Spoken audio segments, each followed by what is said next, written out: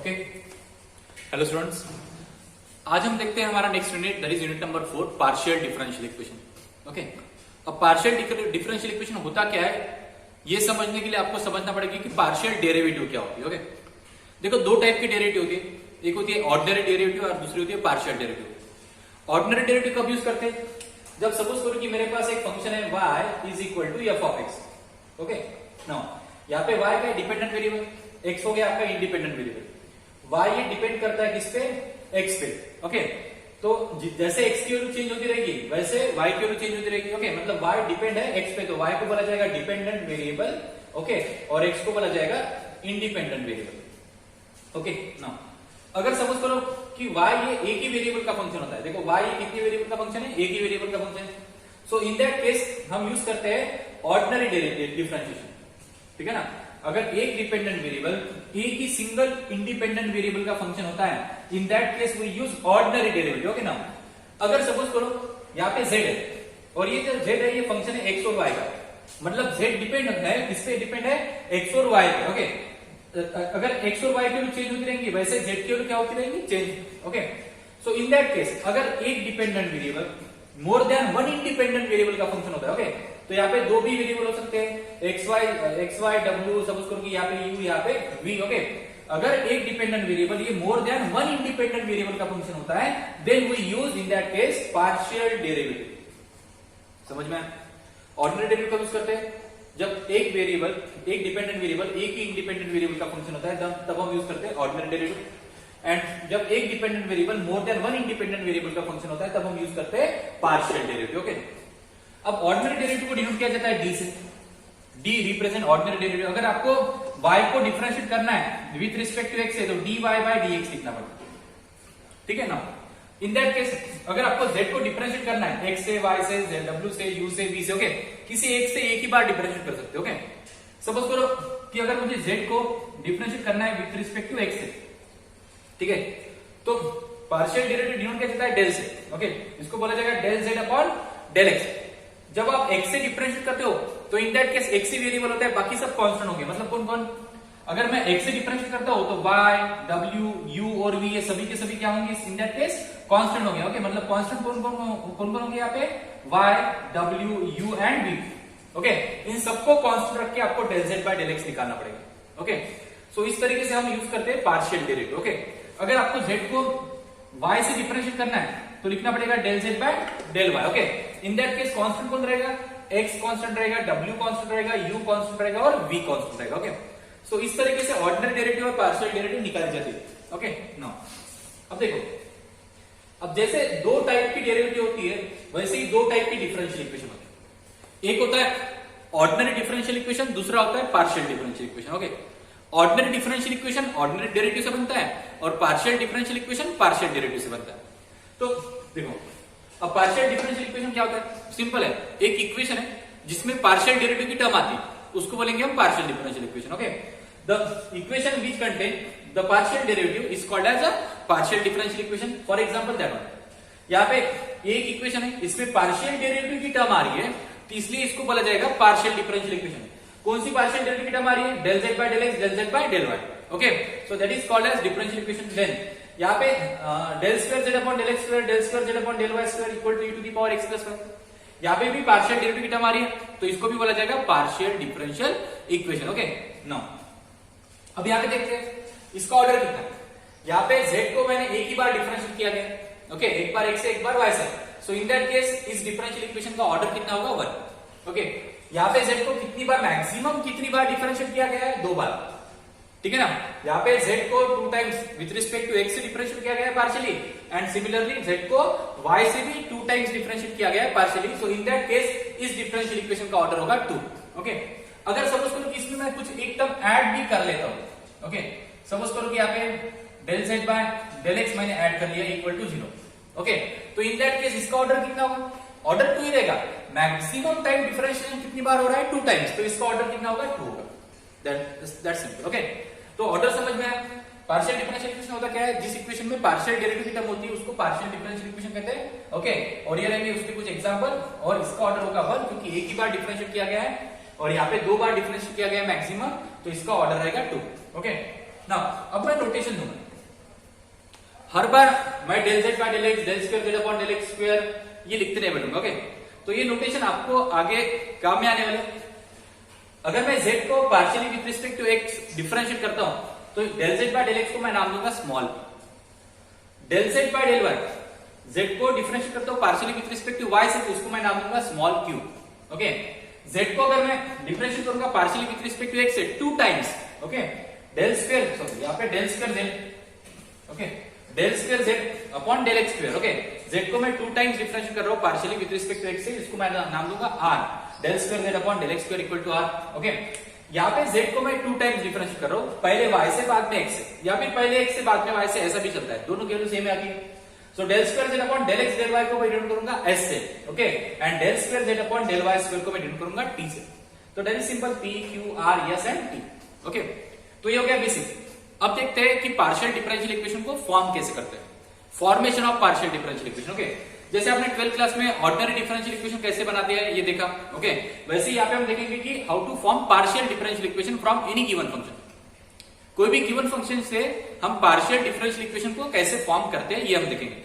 तो partial formation of partial differential equation में 2 method आती है। ओके, आप 2 मेथड से पार्शियल डिफरेंशियल इक्वेशन बना सकते हैं, लेकिन दोनों मेथड में डिफरेंस क्या है? किसी फंक्शन में अगर आपको आर्बिट्ररी कांस्टेंट देते हैं या फिर किसी किसी फंक्शन में आपको आर्बिट्ररी फंक्शंस देते हैं, ओके, तो डिपेंड करता है आप पार्शियल डिफरेंशियल इक्वेशन कौन से फंक्शन के बनाते हो, जिसमें आर्बिट्ररी कांस्टेंट आते हैं या फिर जिसमें आर्बिट्ररी फंक्शन आते हैं। ओके, तो यहाँ पे 2 मेथड है। पहली मेथड है by eliminating arbitrary constant. Equation में अगर आपको जितने आर्बिट्ररी कांस्टेंट दिए जाते हैं, suppose A B C D, okay, उन सबको इलिमिनेट करके आपको पार्शियल डिफरेंशियल इक्वेशन फॉर्म करना पड़ता है। ये होती है पहली मेथड। दूसरी मेथड है बाय इलिमिनेटिंग आर्बिट्ररी फंक्शन। अगर फंक्शन में आपको कुछ आर्बिट्ररी फंक्शंस दिए हैं तो उस आर्बिट्ररी फंक्शन को रिमूव करके, for example f1 f2 f3, okay, ऐसे कुछ फंक्शन दिए तो उस आर्बिट्ररी फंक्शन को रिमूव करके पार्शियल डिफरेंशियल इक्वेशन आप फॉर्म कर सकते हैं। ओके, तो यहाँ पे 2 मेथड है। First method by eliminating arbitrary constant and second method by eliminating arbitrary function. Okay, तो सबसे पहले हम चालू करते हैं first method by eliminating arbitrary constant. Equation में कितने आर्बिट्ररी कांस्टेंट दिए जाते हैं, ठीक है, कितनी इंडिपेंडेंट वेरिएबल है, कितने डिपेंडेंट वेरिएबल है, ओके, वो सब हम देखेंगे इसमें।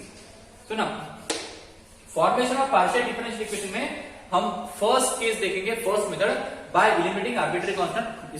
इसके रूल्स देखेंगे, इसके बेस कुछ प्रॉब्लम देखेंगे, उसके बाद हम चालू करेंगे सेकंड मेथड। ठीक है, सो फर्स्ट मेथड के लिए रूल सुन लो। रूल नंबर 1, अगर आपको एक फंक्शन दिया है f of x y z e and b equal to 0, आपको इस फंक्शन का पार्शियल डिफरेंशियल इक्वेशन बनाना है। ठीक है ना, इस फंक्शन का आपको क्या बनाना है, पार्शियल डिफरेंशियल इक्वेशन बनाना है। तो रूल क्या है जरा सुनो। रूल नंबर 1 देखो, अगर यहाँ पे 3 वेरिएबल है x y z, तो ऑब्वियसली 3 में से एक डिपेंडेंट वेरिएबल होगा। जनरली पार्शियल डेरिवेटिव में डिपेंडेंट वेरिएबल आप z को अज्यूम कर सकते हो। ठीक है ना, तो z हो गया आपका डिपेंडेंट वेरिएबल। ओके, तो बाकी बचे 2 कौन से, x एंड y। x और y को बोला जाता है इंडिपेंडेंट वेरिएबल। ठीक है, अगर 3 वेरिएबल दिए तो ऑब्वियसली 3 में से एक डिपेंडेंट होगा, ध्यान में रखना, एक हमेशा डिपेंडेंट होगा, बाकी बचे हुए इंडिपेंडेंट होंगे। ओके, तो z को जनरली डिपेंडेंट वेरिएबल कंसीडर करते हैं। ओके, तो उसके साथ कौन आया, x और y, तो x और y को इंडिपेंडेंट वेरिएबल ना। और यहाँ पे आर्बिट्ररी कांस्टेंट कितने, ये एंड बी 2 आर्बिट्ररी कांस्टेंट है। ओके ना, तो अगर ऐसा होता है, if number of independent variable, ठीक है, number of independent variable is equal to number of arbitrary constant. ठीक है ना, जितने इंडिपेंडेंट वेरिएबल है अगर उतनी ही आर्बिट्ररी कांस्टेंट है। Okay, if number of independent variable is equal to number of arbitrary constant, अगर आर्बिट्ररी कांस्टेंट 2 है यहाँ पे, ओके, तो इंडिपेंडेंट वेरिएबल भी कितने होने चाहिए, 2 होने चाहिए। करेक्ट है, 2 है। So number of arbitrary constant is equal to number of independent variable. Then in that case, okay, now then the order of partial differential equation is equal to 1. इससे जो भी डिफरेंशियल इक्वेशन आप बनाओगे वो कौन सा ऑर्डर का रहेगा, फर्स्ट ऑर्डर का रहेगा। ये रहेगा रूल नंबर 1। समझ में आया? अगर देखो फॉर एग्जांपल यहाँ पे मैं लिखता हूँ f ऑफ, यहाँ पे x y z w है। ओके, यहाँ पे a b c है। ओके, 4 वेरिएबल दिए, लेकिन 4 में से एक डिपेंडेंट वेरिएबल होगा आपका, z रहेगा आपका डिपेंडेंट वेरिएबल। तो इंडिपेंडेंट वेरिएबल की वैल्यू कितनी है यहाँ पे एक्स वाई डब्ल्यू, ये तीन रहेगी आपकी इंडिपेंडेंट वेरिएबल। ओके नाउ, और आर्बिट्ररी कांस्टेंट कितने हैं, आर्बिट्ररी कांस्टेंट कितने हैं, ये बी एंड सी, तीन आर्बिट्ररी कांस्टेंट है। So in that case independent variable is equal to arbitrary constant, कितने हैं, सेम है। सो इन दैट केस इस डिफरेंस मतलब इस फंक्शन से जो भी आप डिफरेंशियल इक्वेशन फॉर्म करोगे उसका ऑर्डर रहेगा 1। ठीक है, ये हो गया पहला रूल। अब दूसरा रूल सुन लेते हैं। अगर सपोज करो इफ, ओके क्या लिखते हो, provided that, okay if suppose करो कि यहां पे अगर इंडिपेंडेंट आर्बिट्ररी कांस्टेंट, ठीक है ना, अगर यहां पे नंबर ऑफ आर्बिट्ररी कांस्टेंट ये ग्रेटर होते, मतलब ज्यादा होते, ओके, किससे, नंबर ऑफ इंडिपेंडेंट वेरिएबल से। ओके, आर्बिट्ररी कांस्टेंट के नंबर्स ये ज्यादा रहेंगे, किससे, नंबर ऑफ इंडिपेंडेंट वेरिएबल से। सो इन दैट केस जो भी आप पार्शियल, इस फंक्शन का जो भी आप पार्शियल डिफरेंशियल इक्वेशन बनाओगे उसका ऑर्डर एक तो 2 आएगा मिनिमम, नहीं तो 2 से ज्यादा आएगा, ध्यान रखना। ओके, तो देखो यहाँ पे z क्या है आपका डिपेंडेंट वेरिएबल, तो इंडिपेंडेंट वेरिएबल कितने हो गए, इंडिपेंडेंट वेरिएबल हो गए यहाँ पे 2। ओके ना, यहाँ पे आर्बिट्ररी कांस्टेंट कितने हैं, 3 है। So arbitrary constant is equal to 3। So arbitrary constant in that case is greater than independent variable. तो यहाँ पे आर्बिट्ररी कांस्टेंट ज्यादा है, किससे, इंडिपेंडेंट वेरिएबल से। तो यहाँ पे जो भी डिफरेंशियल इक्वेशन फॉर्म होगा उसका ऑर्डर कितना होगा, 2 होगा या फिर 2 से ज्यादा होगा। ओके, मैक्सिमम टाइम तो 2 ही आता है। ओके, एक आधी बार ऐसा होता है कि उसका ऑर्डर 2 से ज्यादा होता है। ओके, इसका चलो और एक एग्जांपल देख लेते हैं। सपोज करो कि यहाँ पे मेरे पास एक फंक्शन है, यहाँ पे x है, y है, z है। ओके, और यहाँ पे सपोज करो कि x और z ही है यहाँ पे। ओके, और यहाँ पे ये b c and d। Okay, तो यहाँ पे देखो, यहाँ पे x y, यहाँ पे x y एंड z ले दो। ओके, यहाँ पे z हो गया डिपेंडेंट वेरिएबल, एक डिपेंडेंट वेरिएबल हमेशा रहता है, बाकी बचे उसके साथ इंडिपेंडेंट वेरिएबल। तो इंडिपेंडेंट वेरिएबल x और y 2 है। Okay, number of arbitrary constant कितने हैं, a b c and d कितने हैं, 4 है। ओके, सो in that case arbitrary constant, number of arbitrary constant is greater then number of independent variable. So in that case okay, इस differential equation का मतलब इससे जो भी आप पार्शियल डिफरेंशियल इक्वेशन फॉर्म करोगे उसका ऑर्डर कितना रहेगा, मोर देन 1, मतलब 2 होगा, नहीं तो फिर 2 से ज्यादा होगा। तो ये ये जो दो रूल है ये समझ लो अच्छे से। ठीक है, इसके बेस अभी हम प्रॉब्लम देखते हैं। कौन से दो रूल है, अगर इंडिपेंडेंट वेरिएबल और आर्बिट्ररी कांस्टेंट सेम है तो उसका ऑर्डर कितना आएगा पार्शियल डिफरेंशियल इक्वेशन का, 1। अगर आर्बिट्ररी कांस्टेंट ये ग्रेटर है किससे, इंडिपेंडेंट वेरिएबल से। ओके, तब इन दैट केस इसका ऑर्डर एक तो 2 होगा, नहीं तो फिर 2 से ज्यादा होगा। ओके, तो इतना समझ में आया, इतना लिख लीजिए। अभी हम देखते हैं इसके बेस कुछ example. Okay right, okay students, अब बेहतर समझ लेते हैं कि how we form partial differential equation from any function. Okay, so अगर आपको method of elimination of arbitrary constant, okay, हम आर्बिट्ररी कांस्टेंट को रिमूव करके पार्शियल डिफरेंशियल इक्वेशन कैसे फॉर्म करेंगे, ये रहेगी हमारी फर्स्ट मेथड। नाउ सपोज करो कि आपको एक फंक्शन दिया है एक्स वाई जेड, जो फंक्शन है एक्स वाई का, जेड का और ए और बी का इक्वल टू 0। इसको देंगे हम इक्वेशन नंबर 1। उसके बाद सबसे पहले ऑर्डर डिटरमाइन करना कि इस फंक्शन से जो भी हम पार्शियल डिफरेंशियल इक्वेशन फॉर्म करने जा रहे हैं उसका ऑर्डर कितना है। ओके, सो इन दैट केस देखो, यहाँ पे z हो गया डिपेंडेंट, x और y हो गया इंडिपेंडेंट, इंडिपेंडेंट वेरिएबल 2 है, आर्बिट्ररी कांस्टेंट ये भी है। ओके, तो ये भी आर्बिट्ररी कांस्टेंट भी 2 है। So in that case number of independent variable is equal to number of arbitrary constant. Okay, both are same. Okay, then इसका जो ऑर्डर होगा, ठीक है ना, मतलब इस इक्वेशन से हम जो भी हम पार्शियल डिफरेंशियल इक्वेशन फॉर्म करने जा रहे हैं उसका ऑर्डर कितना रहेगा, 1। सो इन दैट केस यहाँ पे जो भी हम पार्शियल डिफरेंशियल इक्वेशन फॉर्म करने जा रहे हैं उसका ऑर्डर कितना आएगा, फर्स्ट ऑर्डर आएगा। ये बात ध्यान में रखिए। सबसे पहले अगर आपने ऑर्डर डिटरमाइन कर लिया, ओके, तो आपने यहाँ पे ऑर्डर डिटरमाइन कर लिया कि फर्स्ट ऑर्डर का पार्शियल डिफरेंशियल इक्वेशन आने वाला है, तो फर्स्ट ऑर्डर का पार्शियल डिफरेंशियल इक्वेशन आने वाला है तो आपको एक ही बार डिफरेंशिएट करना है। ओके, सो इक्वेशन नंबर 1 को डिफरेंशिएट कर लीजिए partially with respect to x से, आपको मिलेगा del z by del x और सम फंक्शंस मिलेंगे। ओके, और बाद में सेम इक्वेशन नंबर 1 को डिफरेंशिएट कर लीजिए partially with respect to y से, दो इंडिपेंडेंट वेरिएबल से। ओके, और इसको देंगे हम इक्वेशन नंबर 3। ऐसे दो इक्वेशन बनेंगे। तो अभी आपके पास टोटल 3 इक्वेशन, कौन कौन से, 1, 2 एंड 3। आपको क्या करना है, ये 3 इक्वेशन का यूज करके आपको ये और बी को इलिमिनेट करना है। ओके, मतलब हो सकता है कि इक्वेशन नंबर 2 से आपको ये की वैल्यू मिलती है, इक्वेशन नंबर 3 से आपको b की वैल्यू मिलती है, तो ये दोनों वैल्यू ए और बी की वैल्यू यहाँ पे पुट अप कर लीजिए, ये और बी एलिमिनेट हो जाएंगे, आपको पार्शियल डिफरेंशियल इक्वेशन मिल जाएगा।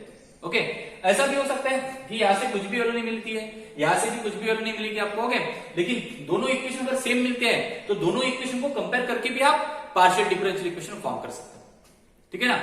तो कभी कभी ऐसा होता है कि यहाँ से आपको ये की वैल्यू डायरेक्ट मिलती है, ठीक है ना, या फिर मतलब कुछ भी पॉसिबिलिटी हो सकती है। मतलब क्या है आपका कि आपको 3 इक्वेशन दी है, 3 इक्वेशन का यूज करके आपको 2 कांस्टेंट जो है वो एलिमिनेट करना है, काफी आसान है। जैसे आपने साइमल्टेनियस इक्वेशन में देखा होगा, 3 अननोन निकालने के लिए 3 इक्वेशन की जरूरत होती है, 2 अननोन निकालने के लिए 2 इक्वेशन की जरूरत होती है। तो यहाँ पे तो 2 अननोन है, 2 अननोन को एलिमिनेट करने के लिए 3 इक्वेशन दिए, ज्यादा इक्वेशन है, काफी अच्छी बात है। ओके, आप इजीली इसको एलिमिनेट कर सकते हो।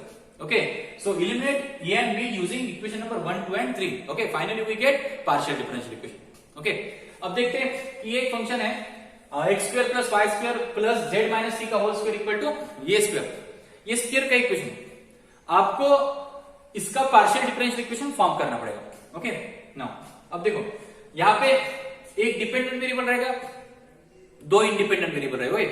जनरली हम डिपेंडेंट वेरिएबल जेड को अज्यूम करते हैं।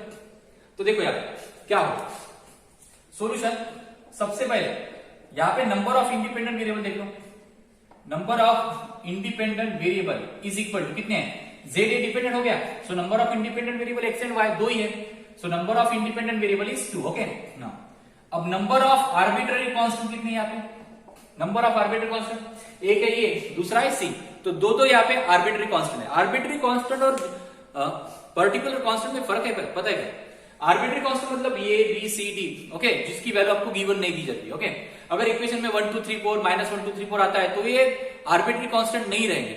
ओके, तो ये बी सी डी अगर ऐसे आते तो वो आर्बिट्ररी कांस्टेंट रहेंगे। ओके, तो यहाँ पे आर्बिट्ररी कांस्टेंट कितने हैं, ये एंड सी है, मतलब 2 है। सो यहाँ पे number of independent variable is equal to number of arbitrary constant. Okay, so therefore the order of partial differential equation okay is equal to कितना आएगा, 1। हम जो पार्शियल डिफरेंशियल इक्वेशन बनाएंगे उसका ऑर्डर कितना आएगा, 1 आएगा। ओके, अब पहले ऑर्डर डिटरमाइन कर लो, ऑर्डर मिल गया, अब जो इसको डिफरेंशियल करेंगे ना, तो यहाँ पे x square plus y square plus z minus c का होल स्क्वायर इक्वल टू ये स्क्वायर, इसको देंगे हम इक्वेशन नंबर 1। इसको डिफरेंशिएट करते हैं, डिफरेंशिएट 1 कैसे, पार्शियली विथ रिस्पेक्ट टू किससे, पहले इंडिपेंडेंट वेरिएबल एक्स से डिफरेंशिएट करेंगे। ओके, तो देखो अगर आप पार्शियल डेरिवेटिव एक्स से करते हो तो एक्स ही वेरिएबल रहेगा, बाकी सब कांस्टेंट होंगे। सब कांस्टेंट मतलब डिपेंडेंट वेरिएबल छोड़ के, नहीं तो इसको भी 0 लिख लोगे आप लोग। ओके, तो आपको डिफरेंशियल इक्वेशन नहीं मिलेगा फिर।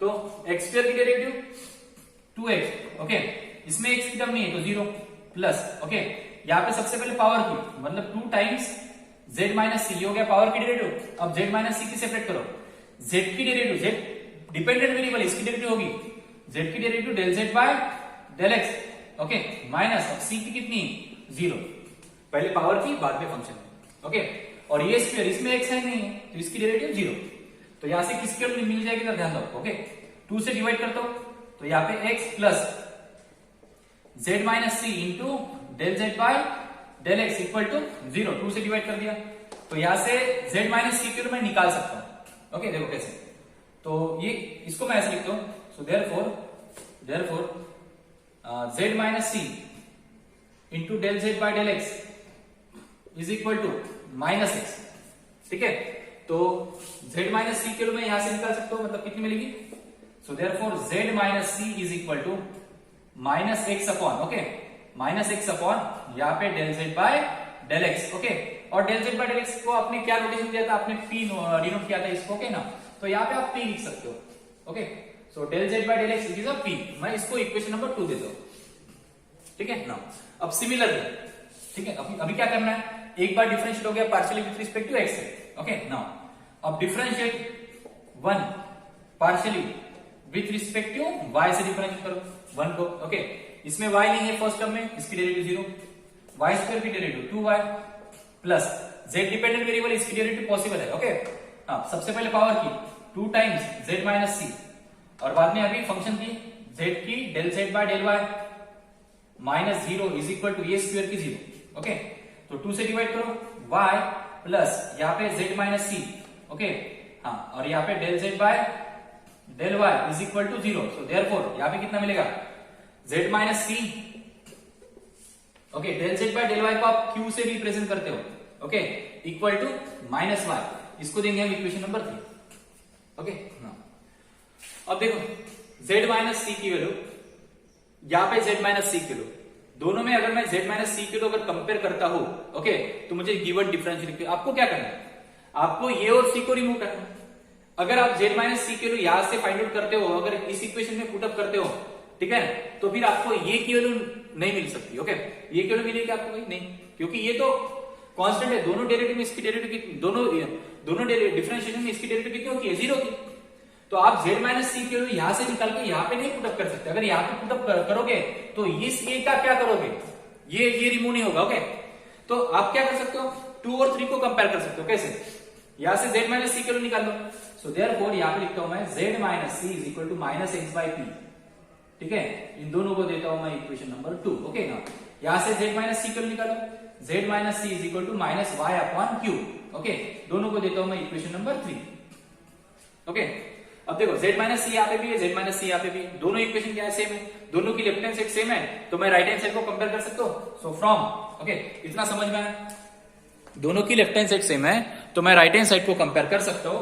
ओके, तो इससे जो डिफरेंशियल इक्वेशन बनेगा कितना आएगा,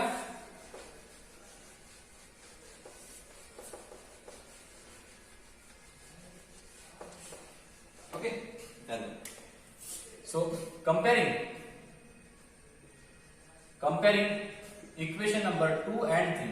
ओके, 2 और 3 को कंपेयर करता हूं, तो यहां पे कितना मिलेगा, minus x upon p is equal to minus Y upon q. Minus minus एक कैंसल, इधर x q is equal to p y. Okay, so therefore यहां पे कितना मिलेगा, so p y plus q x, sorry यहां पे आएगा कितना, पी वाई या फिर q x. Okay, so q x minus p y equal to 0। तो ये मिलता है आपको differential equation, partial differential equation किसका, इस स्फीयर का। ठीक है, या फिर इसको आप ऐसे भी कर सकते हो। सो और आप माइनस एन से मल्टीप्लाई करो, P Y minus Q X is equal to 0, ये भी बनता है। ओके, ये दोनों के दोनों जो पार्शियल डिफरेंशियल इक्वेशन है, ये किसके है, स्फीयर के, जो आपको गिवन दिया था। ओके, तो आई होप आपको समझ में आया होगा, इतना लिख लीजिए, बाद में देखते हैं दूसरा प्रॉब्लम। ओके स्टूडेंट्स, अब देखिए सेकंड एग्जांपल। आपको ये जो फंक्शन दिया है, मतलब ये जो इक्वेशन दिया है, इससे आपको पार्शियल डिफरेंशियल इक्वेशन फॉर्म करना है। ओके, तो सबसे पहले चेक कर लेते हैं यहाँ पे कितने इंडिपेंडेंट वेरिएबल है और कितने आर्बिट्ररी कांस्टेंट है। z हो गया यहाँ पे डिपेंडेंट वेरिएबल, x और y आ रहे हैं। सो यहाँ पे number of independent variable, okay okay, is equal to कितने हैं, 12। और आर्बिट्ररी कांस्टेंट कितने हैं, ये मतलब a और b, दो ही आर्बिट्ररी कांस्टेंट है। तो यहाँ पे नंबर ऑफ आर्बिट्ररी कांस्टेंट कितने हैं, 2। So number of independent variable is equal to number of arbitrary constant. So इस differential equation का order कितना आएगा, first order। Okay now, so therefore order of partial differential equation is equal to 1। Okay, 1 है, तो चलो इसको अभी differentiate करते हैं। z equal to यहाँ पे ये x e to the power y plus 1 upon 2 ये square e to the power 2y plus b, इसको दूंगा मैं इक्वेशन नंबर 1। ओके, तो फर्स्ट ऑर्डर है, तो एक ही बार डिफरेंशिएट करेंगे, एक बार विथ रिस्पेक्ट टू x से, दूसरी बार विथ रिस्पेक्ट टू y से। So differentiate 1 partially with respect to x। Okay, तो यहाँ पे इसका derivative del z by del x is equal to, okay, x से डिफरेंशिएट कर रहे हैं तो y कांस्टेंट होगा। ओके, तो e to the power y की टर्म कांस्टेंट, ये कांस्टेंट और x का डेरिवेटिव 1, तो यहाँ पे ये e to the power y आएगा, x का डेरिवेटिव 1 प्लस इस टर्म में x नहीं है तो इसका डेरिवेटिव 0 प्लस इस टर्म में भी x नहीं है, इसका डेरिवेटिव 0। तो यहां से आपको किसकी वैल्यू मिल रही है, ये e to the power y की वैल्यू मिल रही है। ओके, सो देयरफॉर यहाँ पे ये e to the power y जो होगा वो p के बराबर होगा। What is p, p means del z by del x, del z by del x is equal to p है। ओके, इसको मैं दूंगा इक्वेशन नंबर 2।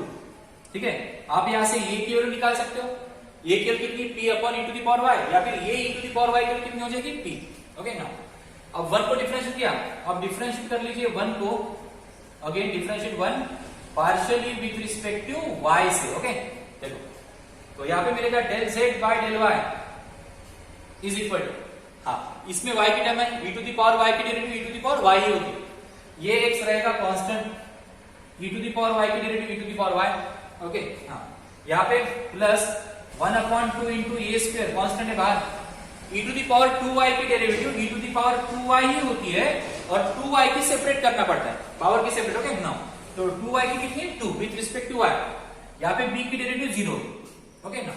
अब देखो अभी हमें पार्शियल डिफरेंशियल इक्वेशन फॉर्म करना है, तो आपके पास जो वैल्यू आई है वो किसकी है, ये e to the power y की कितनी है p है, ओके।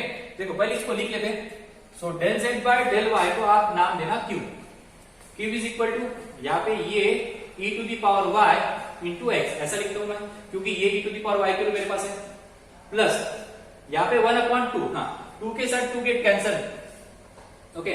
यहाँ पे देखो ये स्क्वायर है और e to the power 2y है, मतलब e to the power y का स्क्वायर, तो यहाँ पे ये e to the power y इसका मैं होल स्क्वायर लिख सकता हूँ, देखो ये स्क्वायर और e to the power y का स्क्वायर मतलब e to the power 2y, okay ना। अब देखो यहाँ पे क्या है, यहाँ पे रीजन देना कि del z by del y की वैल्यू क्या है आपकी q है, ओके। अब देखो ये जो इक्वेशन है इसको मैं 3 नाम देता हूं। अब देखो 2 और 3 का यूज करो, अगर आप ये e to the power y के लिए यहाँ पे पुटअप करना चाहते हो p, तो आप पुटअप कर सकते हो, लेकिन b की वैल्यू क्या पुटअप करोगे, क्योंकि b तो सिंगल था, दोनों डेरिवेटिव में b का डेरिवेटिव कितना आ रहा है 0, तो b की वैल्यू नहीं हमें इक्वेशन नंबर 2 से मिलती है, नहीं इक्वेशन नंबर 3 से मिलती है, तो आपको ये e to the power y के लिए p यहाँ पे पुटअप करने की जरूरत नहीं है, आपको इक्वेशन नंबर 2 और 3 को ही सॉल्व करना है, बस दैट्स इट, ठीक है।